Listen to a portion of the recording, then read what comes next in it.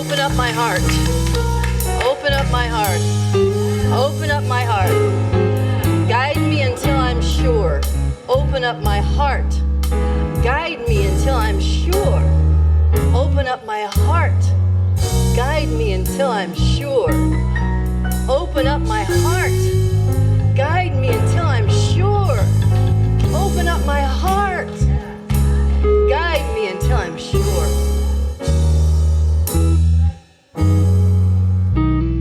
Who needs guidance? Yes. We're going to talk about this heart of ours. Open up our hearts. It seems a little scary some days to open up our hearts. But we're going to tell a few heart stories here today.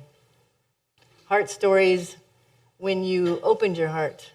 Stories when you closed your heart. Stories when it felt broken. Stories when it felt full and expanding. Stories when you felt sure. Stories when you were shaky. The heart tells us stories. We feel through our heart. It's a form of our intelligence, not just up here. All the work we do together is connecting the two, right? Let's stay here. So I've had stories like you've had with my heart, stories of expansion, stories of beauty. I can think of a couple of times when I was just so full. I have dragonflies as my spirit animal. And I was on my way to this retreat, and I was driving in, and a cloud of dragonflies showed up in front of me. A cloud of dragonflies, must have been hundreds of dragonflies. I've only seen one or two flitting by. I didn't know they could come in a cloud. And I just took it in and just couldn't believe that they were there in front of me, and just my heart just kept expanding and saying, yes, thank you. The wings fluttering, yes, thank you, thank you, thank you, I'm lifted.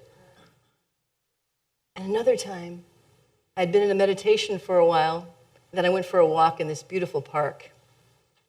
It was a park that had trees and flowering bushes and beautiful stones and rocks. And I walked around this park, and I was so full of love and so full of just being open to everything and connected to everything.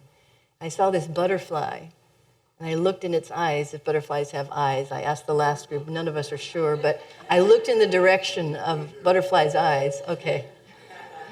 And we connected.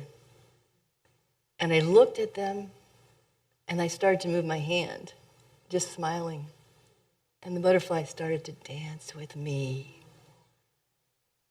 I just did this, and just did this, and it just flew with me. It flew with me. It flew with me. My heart was so full, and the tears just fell, and I thought, it's true that we're one. It's true that the heart connects with everything at once. I laid my hand down, and it laid itself down. I laid myself on a rock, and I think I just laid there for an hour in the sun, just not knowing what to do with that. If our life was like that every day, could our life be like that every day? Open to everything. Fully connected, fully open.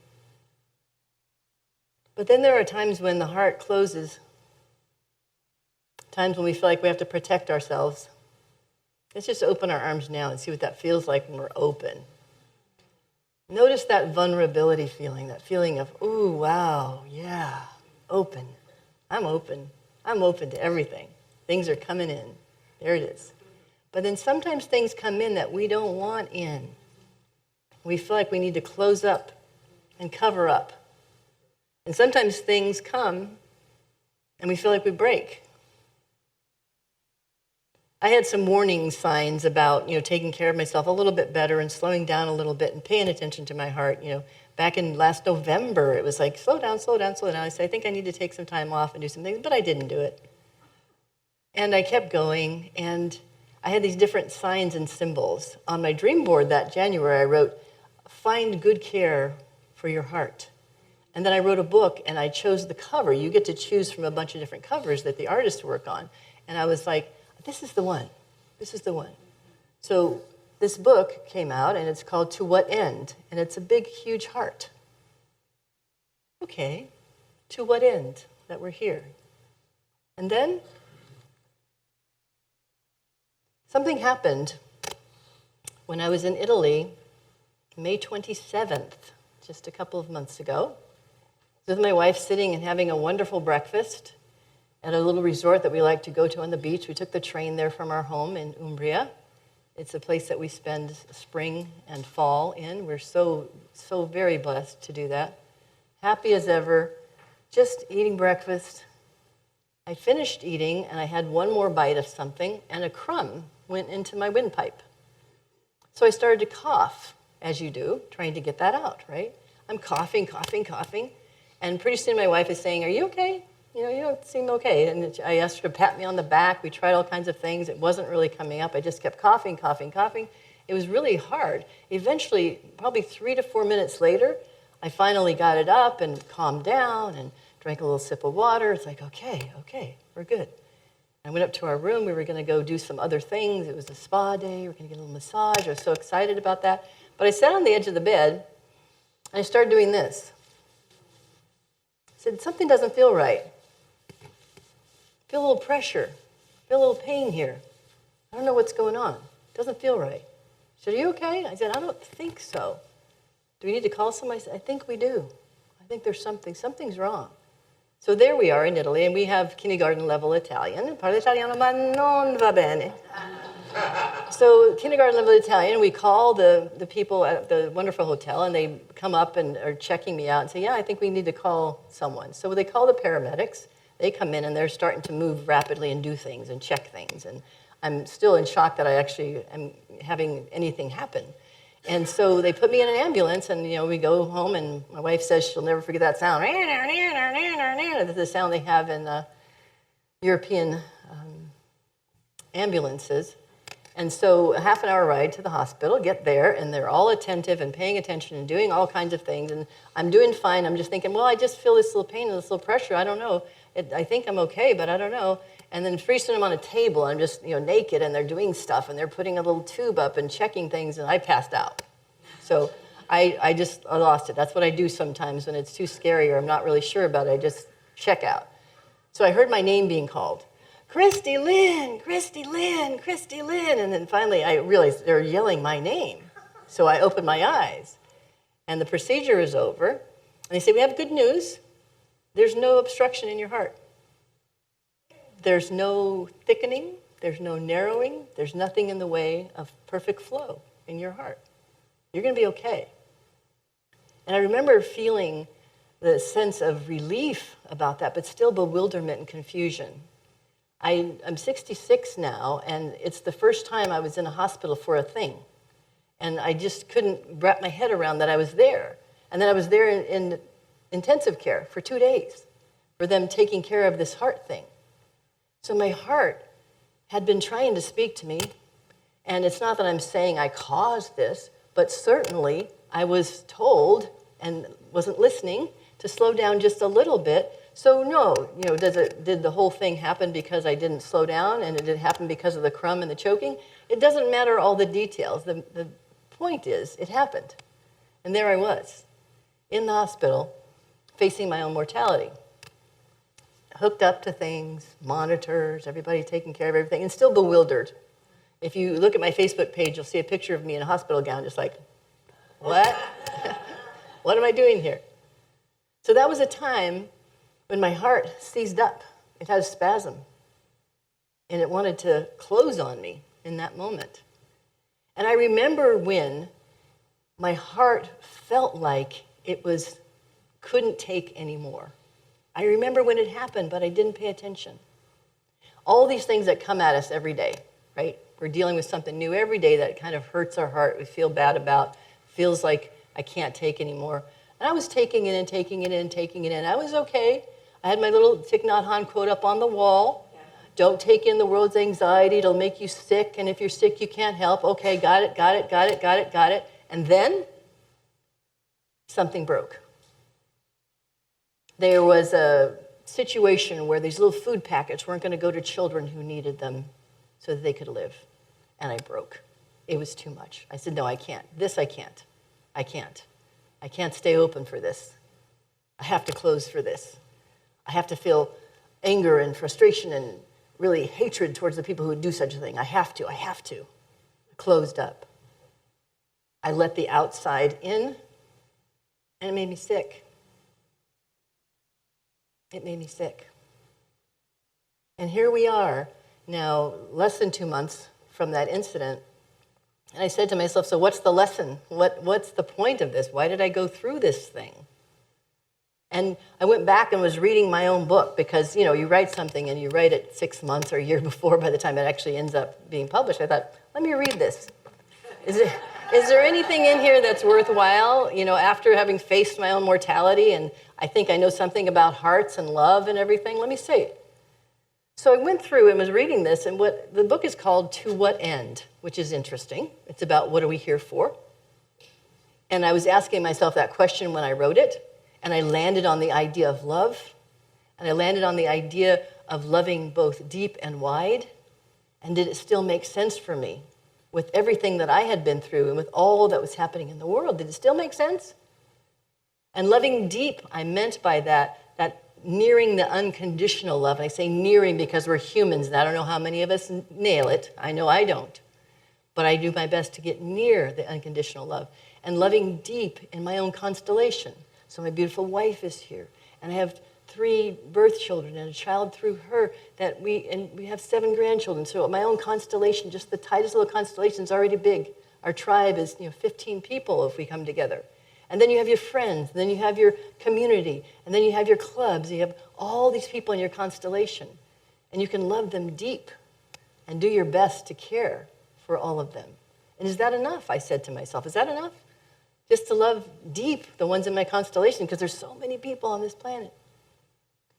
And what about wide? Was it an and or? Do I make my assignment to love wide, just to love everyone?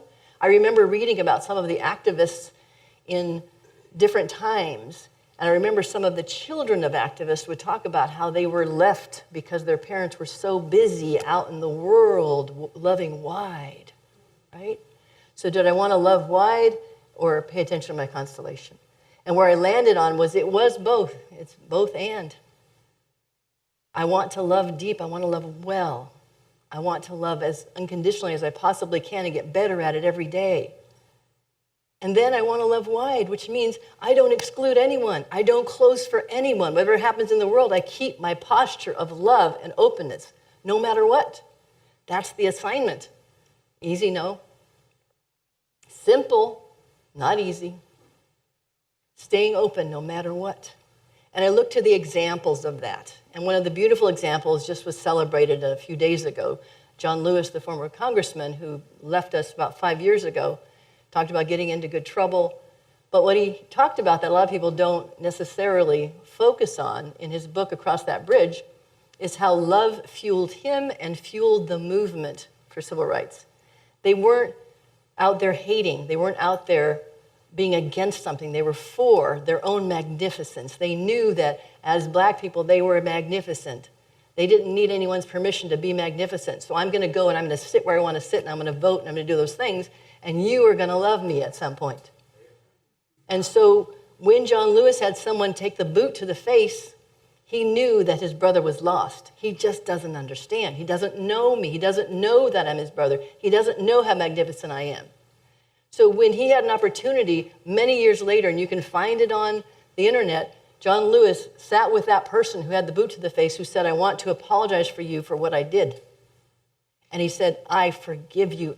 And I love you. How's that for an assignment?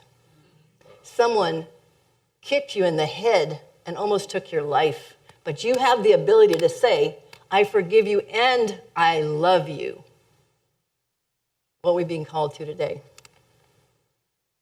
Today, can we love deep and wide? Today, given what's happening and the world's cloudy, as the song said, I need your guidance. Guide me till I'm sure. So I need guidance all the time in order to be sure. But what we want to be guided by is the heart, not the head. We go up into our head, we have all our logic, we have all our arguments, we have all our reasons, we're sure that we're right. But they're wrong, they're wrong, they're wrong. right? That's what we say. Even if my brother is wrong, my sister is wrong, the one who kicked me in the head, the one who wouldn't let me sit at the lunch counter, the one who wants to take away rights from me, even if they're wrong, we are called to love. And love does not have to just be this soft thing. Love can be fierce. They were fierce when they wouldn't get off the buses. They were fierce when they crossed the bridge with a load of police people on the other end, ready to hurt them and harm them.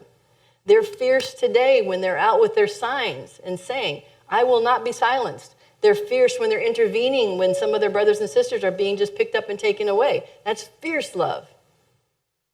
There's a very strange example I use in the book, which I'm surprised it came out, but I trust spirit, so I just write what I'm told. And I said, there was love in the moment when the woman took the video of George Floyd's murder. She loved that life enough to say, it needs to be documented. I'm going to pay attention that this happened. And then it changed the world, literally, the fact that that was taken. We don't know what our moment's going to be. We don't know what our lane is going to be, but we can choose a lane. Because I, like you, get overwhelmed by how many things are happening in the world, how many things require my love and my attention. What do? I choose my lane, but I choose from love, to love, and through love. I'm choosing the lane that says there's this thing where some children might not get their food. SNAP might be affected. I want to find out where in my neighborhood that might happen, and I want to find out how I can help with that. I can't help with everything. But that's the lane I'm going to choose. We can choose our lane and be love in that lane. And then whenever we encounter anyone, we can be love. No one can command you not to love. No one. You get to choose in every moment. There's a beautiful poet who passed recently. Their name was Andrea Gibson. I had never heard of them, and people were writing about them everywhere. And I said, well, who is this? I missed them. And everyone said, this is the poet of the century. You should know. And so I began to read some of their writing, and it was so profound and touched my heart so deeply that I thought, here is this person who only lived to 49 years old. But they were in their lane, and their lane was being a fabulous poet, a live out loud poet who touched so many lives that when they passed, the world was saying, we're going to miss them. They had so much to give, and I hadn't even heard of them before. We don't know what's going to make the difference. I had a person when I was in high school who made the difference in my life. It was March, and I hadn't signed up for anything for school or college because it wasn't part of my family history. My family constellation didn't think about college. I was the top of my class in my high school, and my dean of girls said, Hardwick, where are you going to school in September? And I'm like, I don't have a plan. You don't have a plan? It was March. She sat down and found me an application for a scholarship. We filled it out together, and I ended up getting a full ride to Santa Clara University, a Jesuit university, a private university, and I went to USF for my master's, all because one person got in her lane and said, wait, I'm going to help this person. I had another woman in my life when I was 19 years old. I was standing outside this apartment building. I was pregnant with twin children. It was really hot. She came out of her apartment and offered me a glass of water. And that glass of water turned into a friendship. And it turned into her being my champion and helping me, watching the kids when I went down to do the laundry, and it helped me get through a time where I might not have gotten through, but not just get through, but get through loved. That was her lane. We can all choose our lane, and we can do something from love, and it makes all the difference. I have a quote from this wonderful poet that I mentioned. Sometimes the break in your heart is like the hole in the flute. Sometimes it's the place where the music comes through. Sometimes you are the place where the music comes through. Sometimes you are the place where the music comes through. Say it with me. I am the place where the music comes through. I am the place where the music comes through. I am the place where the music comes through. So even when it feels like it breaks open to let love flow through. Love you all. Namaste.